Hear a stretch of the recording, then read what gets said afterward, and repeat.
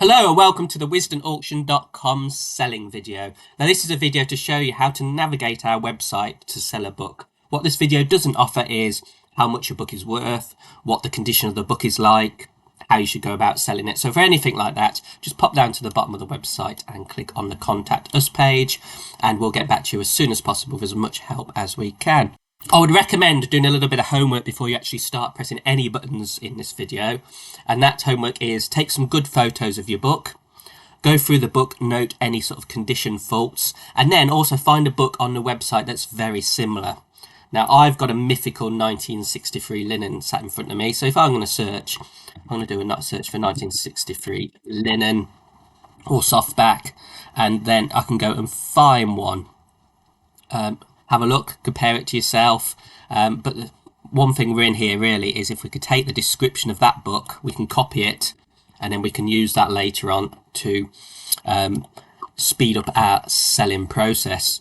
Now if you've already sold a book on the website or you've already listed a book on the website, you can actually go to that and do this list similar option, and what that will do is copy everything through and then you just change the odd thing. So usually if I'm listing 1963, 1964, 1965 linens, I'll do 1963 first, do it as best as I can, then I'll do a list similar and then change the year to 1964, and of course edit the description and the photos to make sure it matches the book I am listing. So the mechanics is nice and easy. You click on the sell button at the top. If you're on the mobile site, there's next to the logo you'll see three little lines. If you click on those little lines, the sell option will appear. If we click on that, it takes you through to our step 1 of 2. And there's two types of selling on the website. There is the buy now section, which is just like a shop. So you want to sell this book for a certain amount. You're going to list it on the website, and when a customer comes along, thinks, oh, that's a great price, buys it, then that is the sale done. There's no end date on the website, so it will stay on there until a customer buys it, and when they do, then you can transact in terms of payment and sending the book out.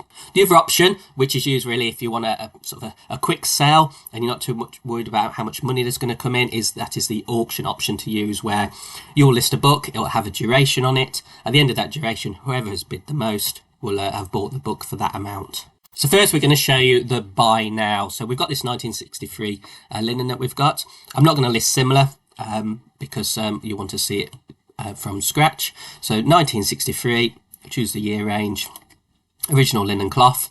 Now if you're Wisden or Wisdens, you're selling a set, please use the Wisden sets if there's more than one book. If it's facsimile, please use the facsimile Wisden section. Lily White's is self-explanatory, or other memorabilia, so non-Wisden, so like a cricket yearbook, please use that one. The gifts and the April Wisdens of the month are something that we use at admin, so please leave those two alone. So 1963 linen Wisden, 1963 linen Wisden, double click on that, and we're going to sell it on a fixed price for £20 plus postage. So then we click next. And if you've done a list similar, all this will be completed. But as we started from scratch, we have to type it all in. So 1963 linen Wisden. I always advise to put the year as the first 4 characters if you're selling an individual Wisden, because that will help the buyers to find it. Now I've copied that text from the last one, so I've just copied it into here. So this is a 1963 original, recommended as 100th edition. That's still true. With lots of tasty photos. It is in good to very good condition. In fact, this one is in very good condition apart from the spine, so I'm going to change that to it's in very good condition.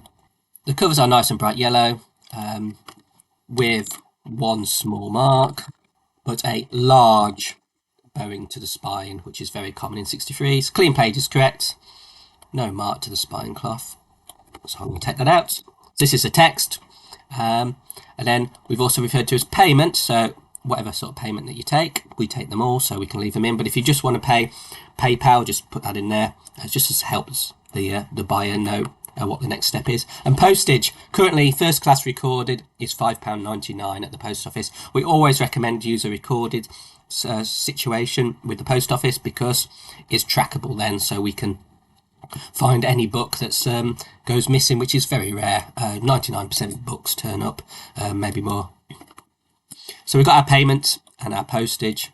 Any specific things that you want to introduce in there, like collect only, or please note we're only available Monday to Wednesday, or whatever you want to put in here, just to help the buyer to see what's what with the book. Now, once you've done the general description, there's the search feature on our website. So the more you can enter into this section, the easier it is for people to find it. So the year is 1963. Condition out of 10. This is very good, but it's got the spine bowing, so I'll put 8. Spine bowing, yes. Major bowing. Linen covers, they're lovely. They're very good. Foxing, there's no foxing at all. Any repairs? No repairs. Is it ex-library? Tick that if it is, but it's not. And we have a stock ID, so we'll type in our stock ID. You can leave that one blank if needed. If there's a star next to the description, then it's a mandatory field that you have to enter. As you can see, there's no star here, so these are optional. But if you know the answers, please fill it out because it helps the buyers. And we want to sell it for £20. Ignore quantity. That's always set to 1. Now you have a choice now. Do you think, if somebody wants this book for £18, I'll accept an offer? If so, you can click on here. If you don't want to mess about with offers and people trying to save a few quid, then just don't ticket it. It's completely up to you. We pride ourselves on having the best prices on the internet. So as long as you keep to that sort of methodology, then you don't have to put the accept offers. But it is nice sometimes if you want to sort of barter with the buyers, you can click it. So I'll click it in this case. Now we're on to the sort of final section of the selling, and the most important really is add the images.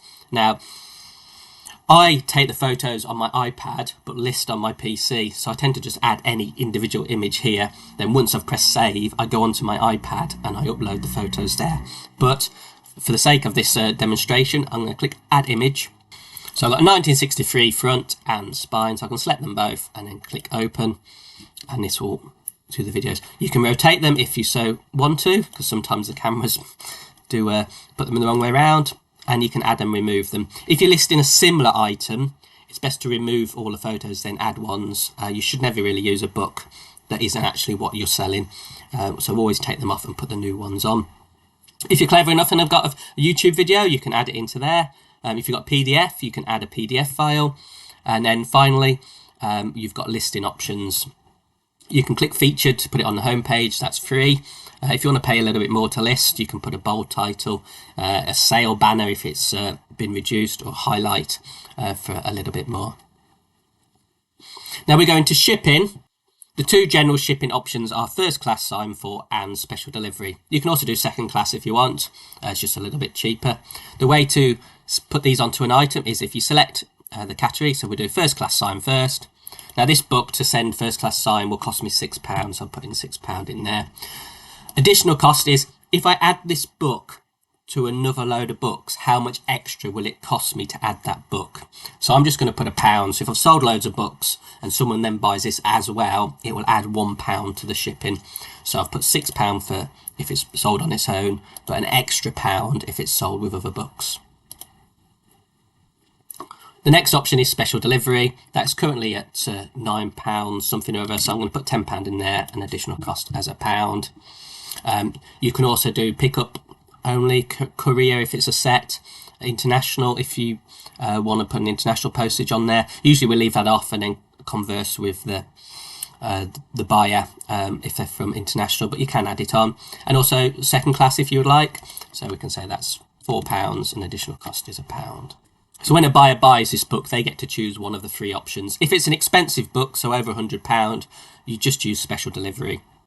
These payment details then, these come from your profile, and I'll show you that once we press on post on how to enter this here. Once you've entered it once on your profile, it default everything in.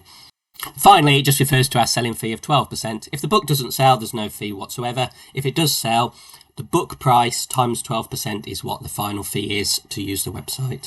The last step here is then just to click create listing.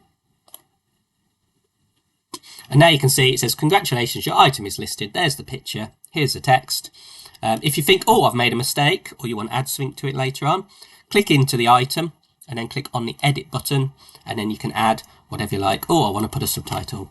Lovely book with spine bowing, for example. And then you go down to the bottom and then you press save. Now the payment options are referred to there in the video. So you go to my account and then my account home at the bottom there. If you page down all the way down to the bottom, you'll see this listing preferences. If you click on there, you've got this payment option just below it. So you can select whether you allow instant checkout. with PayPal. If you do allow PayPal, then enter your PayPal email address into that box. Any payment instructions, say we accept all forms of payment. Bank transfer is preferred. The good thing about bank transfer is everyone's got an app these days. It's well easy to do and there's no fee involved with it, unlike PayPal, which is about 3 to 5% depending on your PayPal account. And then finally, in the bottom section, if you're selling and you prefer bank transfer, please pop your bank account details in there and then click save. For auction options, it's virtually the same. So again, we select 1963 linen and we click the auction button here rather than the fixed price. On the next, we enter the same thing as we did before.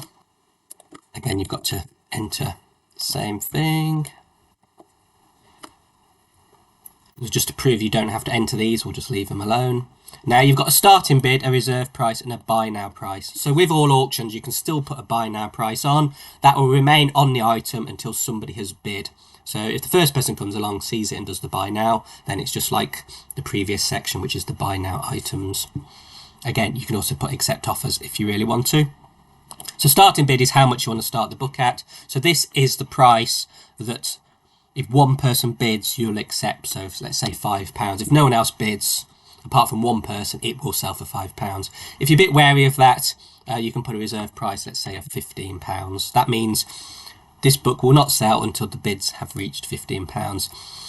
The website does tell the buyers that there's a reserve on it, so if you can do with not actually having a reserve and just have a starting bid instead. I mean, starting bid £15 or reserve price of £15, they have the same solution, but without a reserve price, it does seem to attract more people to bid. Again, you do the add images like before, your features like before, and your postage like before. And then at the bottom, you've got this extra section, which just says, when do you want to start it? How long do you want to run it for? And auto relist. So if you leave the top bit blank, the start time, it will list automatically straight away. And we want to do it for 10 days. You can choose 3, 7, 10, 14, 21 or 28. And then auto relist. So if the item doesn't get a bid and you don't want to go through the setting process up again, how many times do you want to auto relist? Just put 300 in there just in case. It just means you won't have to reset it up if it doesn't sell. You can always edit the price at the later date, assuming there are no bids. And then you click on create listing. Now just quickly to show you the list simmer. So I've got an 1895 paperback Wisden that's very similar to this. It's just got a load of marks on the front screen. So I'd find the one I've already listed, and you can only do this on your own books. You can't copy other people's apart from actually cutting and pasting the description. But if you want to list your own, something similar to your own book, then you click on list similar. It defaults in everything that you've done before, so just click next. It'll bring through everything from the 1895 that we just saw on the front page. So you've got the title, description, edit the description. Oh, it's got a typo anyway, so that's a great thing to edit. This is a bit of a better one, so it's an 8 out of 10, not 6. It's a different stock ID, and because it's a bit better condition, there's a bit better price on it.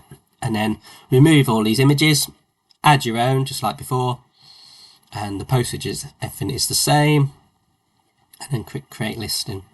So as you can see, it's so much easier to list your second book than your first one, but even the first one doesn't take that long once you get used to it. If you want to see all your books in one screen, if you go to search and then advanced search, if you page down here, you'll see seller. If you enter your user ID in there, so mine is Cat12, then you can just click search and it'll bring up all of Cat12's books. So we've got thousands on here, but if you've got 2 or 3 or 4, it will show you that. And then you can always copy this link or put it in your favourites, and that'll bring to your so-called store. It's just a way to find all your books in one place. You can also find it by finding a listing that you've listed, and under seller, you can just click on the name, and then that'll take you to all the Cat12 books as well. Cat12 is short for Catalogue 12, many moons ago. If you need any help whatsoever, please contact us via the website or email chris@cridler.com. And also don't forget to check out our information page of Wisden.org, which will give you lots of valuation advice. And we've also got the chatting about Wisden collectors. You don't understand what you should put in terms of condition. log yourself onto our forum, www.wisden.club, and ask some questions there. And you can just chat about cricket on there while you're on there. So it's a very nice place to be. It's 20 years old and it's got a wealth of information. So please use Wisden.club. Thanks so much for watching. Please check out the other videos if required. I say if in doubt, press contact us.